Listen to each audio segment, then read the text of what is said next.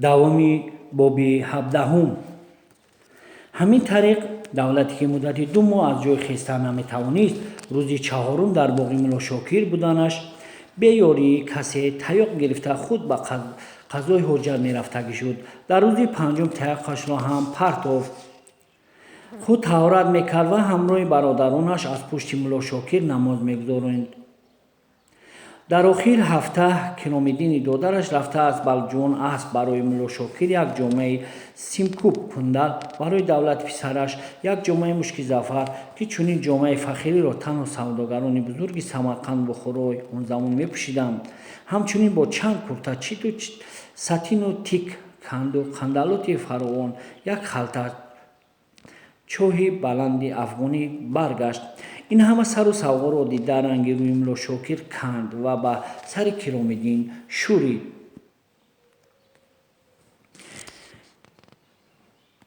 нагуфта будам ки ман муҳтоҷи садақаи мардум нестам ва танҳо аз даргоҳи Худованд мутол умед дорам, одамонро холисона табобат мекунам.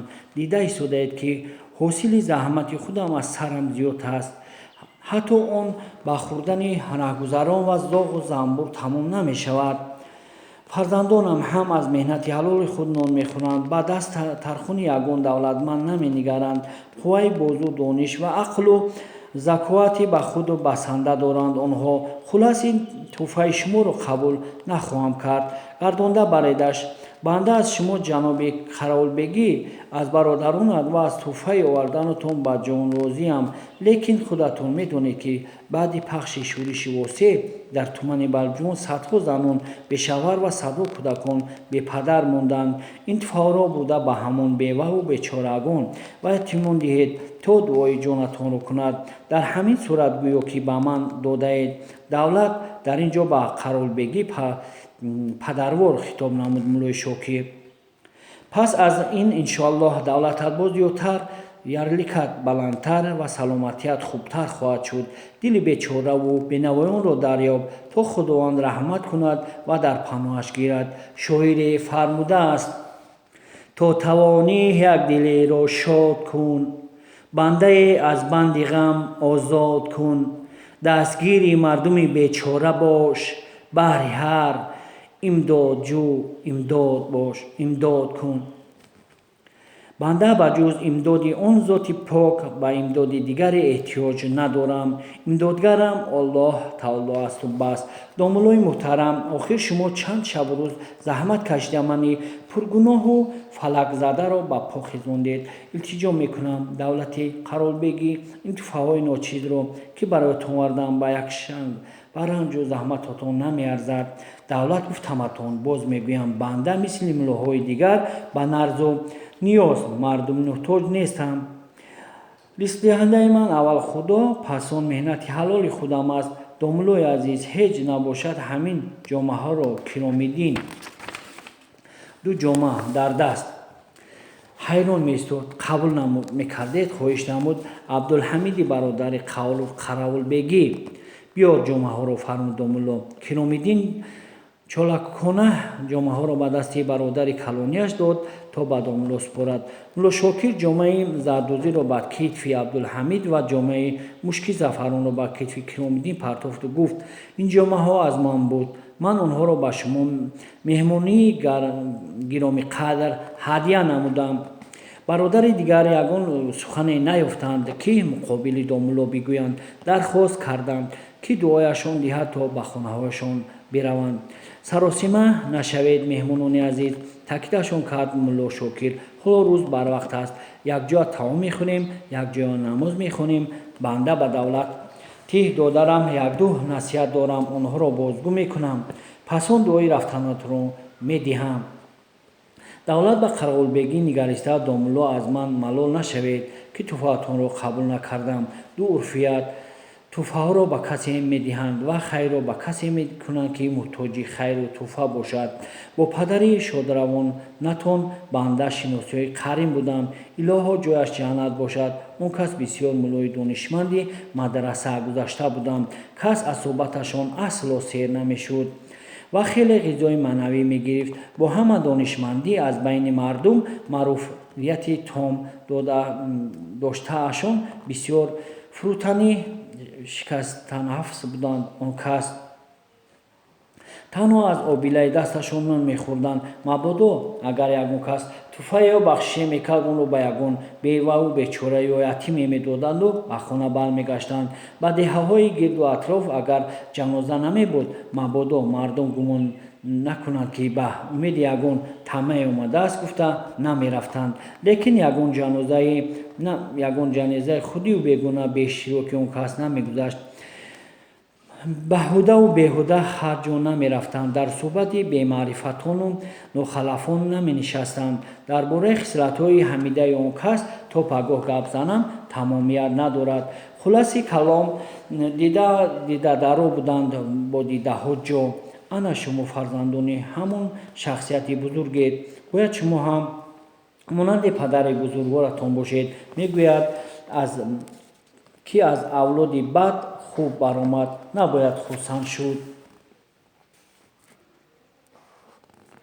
оқибат сӯи авлодаш мекашад, чунки оқибат гургзода гург шавад. оқибат гургзода гург шавад, гарчи бо одами бузург шавад. агар аз падари хуб фарзанди бад баромад, набояд хафа шуд. боз ҳам рафта рафта хуб мешавад, зеро авлодаш хуб буд. додарам давлат, шумо соҳиб вазифа ҳастеду бояд муқобили дуздону авбошон, розанону ғоратгарон, саркашон, одамкушон, фосиқон, хулас вайронкунандагони тартибот мубориза баред. ба порохӯрону тӯҳматгарон ҷазои сахт дода вазифаи ҷонии шумост.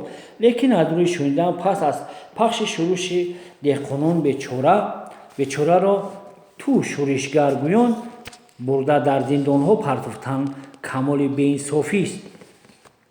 домлои муҳтарам, мир моро супориш медиҳад ки ҳамин гуна корҳоро ба ҷо оварем. гуфт давлат. мир як аҷнабии баднафс аст. ӯ ҳеҷ гоҳ барои обод намудани балҷувони мо наомадааст. бо мақсаде омадааст ки хуни халқи моро бимакад. ҳарчи боигарие дорем гирифта ба ватанаш баргардад. фаҳмидед додарам давлат? ҳамон деҳқонҳое ки дар шӯриши иштирок карданд, оқибат корашонро намедонистанд. баъди каме таваққуф ба гуфтораш идома дод домло Шокир. ҳатто сардоронашон ба охири масъала сарф ҳам намерафтанд. халқ мисли рамаи гӯсфанд аст. серка ҳар ҷое ки рафт, рама аз пайи он меравад. чӣ хеле ки бузургон гуфтанд, хоҳӣ нашавӣ расво, ҳамранги ҷамоат бош. ана ҳамин хел ё аз рӯи нангу номус ё бо таассуби якдигар дар шӯриш иштирок намуданд. деҳқонони бечора. мешунавам ки ҳар рӯзи бозор ҷумъа даҳо деҳқонони бечораро бо гуноҳи шӯришгар қатл намудан доред.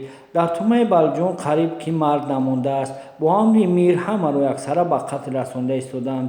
одамони андак фаҳму фурсатдор ба хориҷи кишвар фирор намуданд. бисёрҳо ба кӯшашон ба мамликати Афғонистон, Ҳиндустон гурехта дар он кишварҳо паноҳ ҷустанд. худатон як биандешед. агар ними халқ кушта шавад, ними дигараш аз ҳудуди туман бигурезад, заминҳо бекор, боғу роҳҳо бесоҳиб монанд, андози ҳукуматро кӣ месупорад? хазинаи давлатро аз куҷо пур мешавад? миратон дар сараш зарраи ақл дорад ё не? мир ба халқ мир шудан наметавонад. халқ бошад бемир, шоҳу ҳокимон ҳам сарҳисоби зиндагии худо меёбанд. боз як фикри дигарамро бигӯям. боре дидаед ё шунидаед ки аз мардуми таҷоӣ касе дар тумани балҷон мир шуда бошад? ҳама аҷнабиён ва меоянду мераванд. мир фармудааст гуфта ба ҷои саллаҳ наздаш калла мебарем. бо фармони ӯ бародарони худро сар мезанем. боз хурсандӣ ҳам мекунем ки амри мирамонро ба каму кост, балки зиёдтар аз он ба ҷо меорем.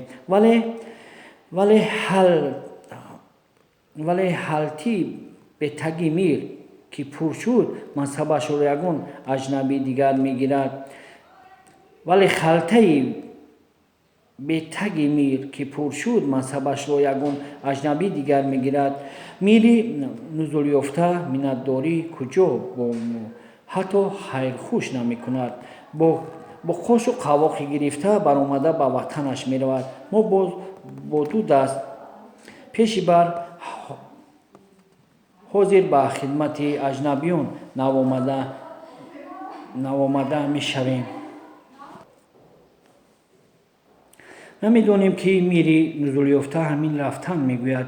ин кӯҳистониён бефаҳмро аҷаб боб кардам. хунашонро поку пил мекардам. ҳарчи боигарӣ доштанд гирифтам. акнун аз ҳисоби ин аблаҳон дар шаҳрҳои азим фароғат карда мегардам.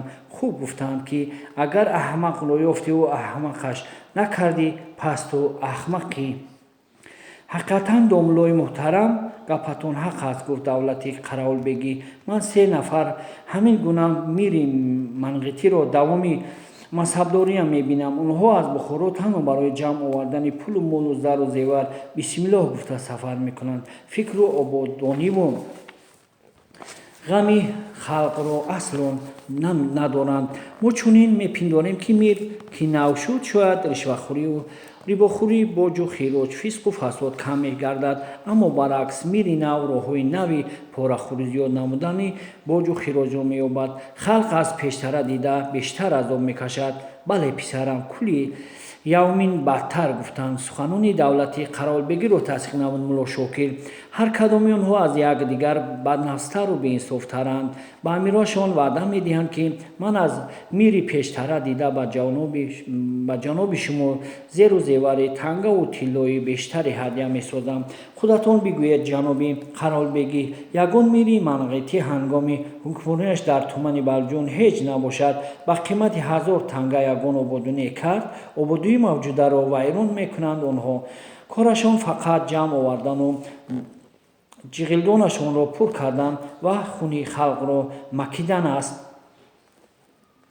ҷаноби Қаравулбегӣ нохост мавзӯи гапашро дигар кард. мулло Шокир мегӯяд ки ҳамин мири наватон духтари 14-солаашро ба амир Абдулаҳадхон тортуқ дода мансаб гирифтааст.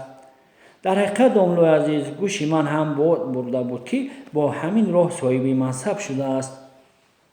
дидед, ҷаноби Қаравулбегӣ, гап аз худатон намемонад. шахсе ки ба духтари душизани ноболиғаш раҳму шафқат надошта бошад, ба мо кӯҳистониён сода илтифоте мекунад магар? ба андешаи банда ҳаргиз не. Қаравулбегӣ муҳтарам дар маҳзаҳои таъриху китобҳои муқаддас омадааст ки ин қабил одамон даюсу фарзандфурӯш на танҳо ҳаққи гирифтани мансаби баландро доранд, ҳатто ҳуқуқ надоранд ки дар рӯи замин умр ба сар баранд. инсонҳо, агар инсон гуфтанашон мақбул бошад, ба номи одамӣ ки боақлтарин махлуқи офаридаи худост доғ меоваранд. пайдост ки тинати инсонӣ ҳам надоранд. мувофиқи гуфтаи худову расул, агар ин гуна инсонҳо бимиранд, замин бояд қабулашон насозад. вақте ҷасади ин тоифа нопокон дар батни замин биафтад, доду фиғон аз ниҳоди замин баромада ба гӯши Худованди мутаол мерасидааст. аз ин рӯ Худованд гуфтааст ки ман туро барои он замин офаридам ки вазнину солору пурбардошт бошӣ. ҳама офаридаҳои хубу баъдамро дар батнат ҷо карда тавонӣ. аз ин рӯ замини бечора ҷасади ҳама офаридаҳои Худовандро дар батнаш ҷой медиҳад. эй офаридгори замину осмон ва оламу дам, гуфтааст замин, агар ин бадкардагон андарунам бихобанд, ба кафидан мерасам. туро коре набошад, ҷавоб меояд аз само. мукофоти неккардагон ва ҷазои бадкардагон аз ман мерасад. ҳамин хел аст. ба суҳбат ҳамроҳ шуд Абдулҳамиди бародари давлати Қаравулбегӣ. ман дар шаҳрҳои Самарқанду Бухоро будам. дар оромгоҳҳои он ҷо болои қабрҳои собиқ соҳибмансабон мақбараҳо сохта шуданд ки қимати басу калоне дорад. мардум он ҷоҳоро зиёрат мекунанд. он санги мазорҳоро ҳам аз пули пораву дуздӣ будагистанд. гапатон ба маврид аст, Абдулҳамидбой, гуфт мулло Шокир. шояд мардум нафаҳмида бисёри он мақбараҳоро ҳамчун бузургони ҳақиқӣ зиёрат мекунанд. вале мо дидаву дониста ба як фосиқи беимону духтарфурӯш ва даюс сари тазим фуруд мовардем ку. дуруст фармудед домулои муҳтарам, гуфтанд онҷобдагон. Тасаввур бикунед азизонам, ба гапаш идома дод домуло Шокир. Ҳангоми пахши шӯриш чӣ қадар ҷавонони навшукуфта пирони рӯзгордидаву табаррук зери сими аспони манғитиён монда нобуд шуда рафтанд. ҳанӯз ҳам аз хуни мо сер нашудааст. ҳанӯз ҳам ташнагиашро аз хуни мо ба дасти худамон шикастанист. ҳамин тавр будааст домулои азиз, изҳор дошт давлат бо як хиҷолатмандии ботинӣ. аз ин пас назди шумо ваъда медиҳам ки минбаъд поямро дониста мемонам. бале қаролбеги муҳтарам, ман намегӯям ки кори давлатро накунед. ба давлат хидмат намудан вазифаи муқаддас аст, вале хидматро танҳо барои миру амиру хушбегӣ накунед. ба халқ хидмат кардан он ҳам фарз ва ҳам суннат аст. агар шумо мардуми маҳаллӣ сари мансаб набошед, манғит ба ин вазифаҳо одамони худашро меорад. дар он сурат кор якбора расво мешавад, хуни мардум бештар мерезад. шумо бояд ҷонибдори халқи худ бошед. бо ҳамин суханон мулло Шокир дуои рафтани бародаронро дод. бо мо бошед.